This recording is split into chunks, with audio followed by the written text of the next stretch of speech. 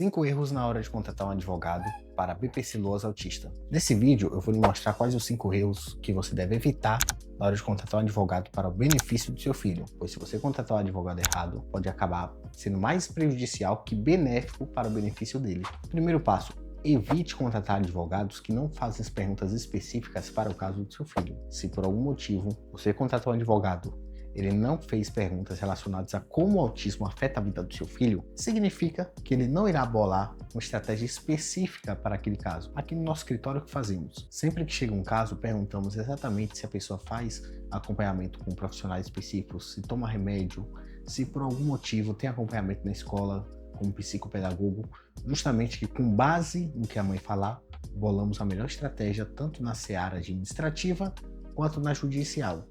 Isso ajuda em muito a conceder o benefício e conseguir o tão sonhado BPC-LOAS. E qual o problema de você não perguntar exatamente esse tipo de coisa? Significa basicamente que o advogado que não pergunta esse tipo de coisa irá fazer uma petição genérica. Para qualquer pessoa, para qualquer criança, a petição teria sido igual. Não iria bolar nenhum tipo de estratégia. Irá basicamente fazer um sorteio com o autismo do seu filho. Jogar vários processos ao vento e ver qual deles consegue, qual deles não consegue e não ligar. Vou lhe dar um exemplo. Para uma criança que é autista, um adolescente que é autista, os critérios na hora de avaliar para bolarmos nossa estratégia são completamente diferentes. Por exemplo, para um adolescente, perguntamos muito sobre a proeza escolar dele, se já sabe ler e escrever, se por algum motivo ele consegue ter desenvolvimento social, consegue se enturmar com os coleguinhas, porque apesar do adolescente não trabalhar, a desenvoltura social dele pode demonstrar que quando ele fizer 18 anos ou mais, conseguirá ingressar no mercado de trabalho ou não. E durante o processo, naturalmente, o perito irá olhar isso. Afinal, se você concede um benefício para uma pessoa de 16, 17 anos, que daqui a 1, 2 anos irá trabalhar, na teoria, deve-se avaliar, pelo menos segundo o entendimento dos peritos, se por algum motivo essa pessoa realmente precisa do benefício ou não. E com base nessas perguntas, bolamos se realmente aquela estratégia que a gente tem para seu filho é pertinente ou não. Por outro lado, o que é mais importante uma criança que é autista? Uma criança ali nos 5, 6, 10 anos, seria justamente se tem professor auxiliar na sala de aula, se já sabe ler e escrever, se tiver acima de 7 anos, justamente porque a gente vai ver o comportamento dessa criança em relação a outras crianças que não são autistas, se existe uma disparidade muito grande ou não. Isso pode fazer muita diferença na hora de conceder o benefício. Pois uma criança com uma baixa disparidade, o que é que a gente iria focar? Em demonstrar que essa baixa disparidade, que essa diferença que é pouca na teoria entre essa criança autista e outras crianças que não são, que é devido ao acompanhamento multidisciplinar, que é devido ao tratamento que ela está fazendo. Que o BPC-LOAS, ao ser concedido, seria um dinheiro utilizado para ajudar a arcar com esse tratamento. Ou seja, o que é que o perito iria entender? Eu vou conceder o benefício, pois assim a mãe tem uma renda extra para que consiga continuar arcando com esse tratamento e a criança não acabe regredindo no seu progresso. Por outro lado, uma criança que tem uma disparidade muito grande, basicamente tem uma dificuldade muito maior que outras crianças que não são autistas, é um pouco mais simples de entender. Basicamente, essa criança, o perito vai entender que tem que conceder o benefício, pois ela não tem tratamento. Olha que diferença.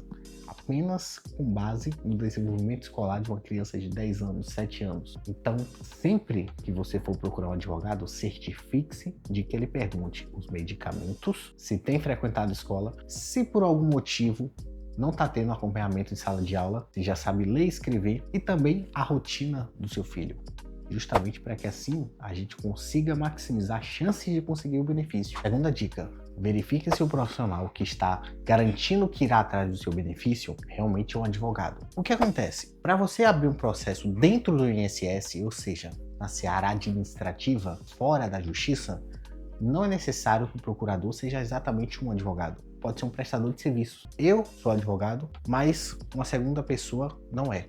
Vamos dizer que o senhor José não é. Se ele resolver amanhã fazer um contrato com você para abrir o processo do seu filho, ele pode. E muitas pessoas fazem isso, oferecem esse serviço pela internet ou por outros meios e não falam que não são advogados. Então, sempre que você quiser assinar com um advogado, certifique-se na procuração, ou seja, um documento que você está assinando, lá tem a OAB, que são 5 números, informando que aquele profissional é um advogado devidamente certificado. Como, por exemplo, se você pegasse meu contrato, estaria 800.86, que é basicamente o número que me registra como advogado. Porém, as pessoas muitas vezes não procuram saber se realmente é profissional que estão contratando é advogado. E frequentemente chegam aqui pessoas no escritório achando que assinaram como um advogado licenciado, mas não, era um prestador de serviço, uma pessoa que simplesmente acordou um dia e resolveu atuar em processos. Não estou dizendo que não existam profissionais bons, porém, querendo ou não, muitas pessoas assinaram com esses profissionais achando que isso significa que eram advogados licenciados. E depois de ter assinado o contrato que descobriram que não era. Terceira dica, verifique se essa pessoa que você está contratando tem boas avaliações de clientes anteriores. Hoje em dia, com o digital, a gente consegue facilmente saber se um profissional é bem qualificado ou não. Basta procurar no Google. Lá estará falando justamente avaliações que outros clientes tiveram dessa pessoa. Por exemplo, se você jogasse meu escritório no Google, muitos clientes, por livre e espontânea vontade, vão lá e avaliam com 5 estrelas, falando que conseguimos ajudá-los, conseguimos conceder o benefício, entre outras coisas. E existem dezenas de profissionais com as mesmas avaliações, provando que esses profissionais são de confiança. Sem contar que com avaliações do Google, com uma identidade digital, é ainda mais fácil você garantir que aquele advogado irá lhe ajudar. Pois não apenas você consegue procurar se essa pessoa é especialista nesse tipo de caso, como também, em caso de transtornos, quebra de contrato por parte do advogado, você sabe onde localizá-lo. Muitas vezes um advogado está na esquina de sua casa. Em casos muito sérios, eles podem fechar a porta do escritório e sumirem. Porém, uma rede social não permite que você faça isso. Então, as redes sociais para um advogado é o maior porto seguro que o cliente pode ter. Quarta dica, não escolha apenas pelo preço. Eu sei que existem diversos profissionais cobrando diversos valores pelo mesmo serviço. Porém, convenhamos, é como se diz, o barato demais pode sair caro. Nós advogados temos uma tabela chamada tabela do OAB, que é uma tabela a qual nos baseamos na hora de conseguir cobrar dos nossos clientes. Não somos obrigados a cobrar exatamente o que está na tabela. Uma pessoa que tem um processo que custa em média naquela tabela 2.000 pode cobrar 2.500, 3.000, quanto ele quiser. Porém, aquela tabela é um norte para a maioria dos advogados terem uma base mais ou menos sobre como devem cobrar. E com base na estrutura desse advogado, outras pessoas têm estrutura menor que a minha, outras têm outra maior, esse valor vai se modificando. Porém, convenhamos, se um processo custa em média naquele determinado estado R$4.000, porém alguém lhe cobra apenas 1.000, convenhamos que algo está suspeito. O que acontece?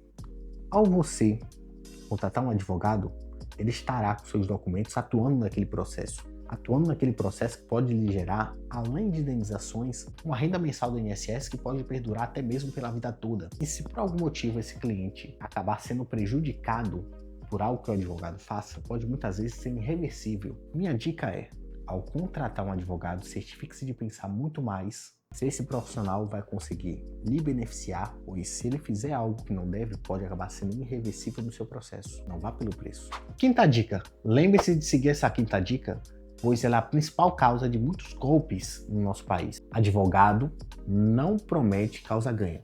Se prometer, tem algo de errado. Nosso judiciário, e todas as pessoas do país sabem, é um judiciário muito incerto, em que o mesmo processo, na mão de duas pessoas diferentes, com as mesmas condições, podem acabar gerando resultados diferentes. Então, se você conhece algum profissional que está lhe cobrando e logo em seguida lhe prometendo resultados, quando o resultado final depende de um juiz, ou dependendo do caso de um desembargador, suspeite, pois esse profissional pode muitas vezes estar querendo lhe prejudicar e acabar ganhando nas suas costas. E não se esqueça de se inscrever aqui no canal e compartilhar esse vídeo com outras pessoas que têm as mesmas dúvidas. E na descrição desse vídeo está o link que manda direto para o WhatsApp do nosso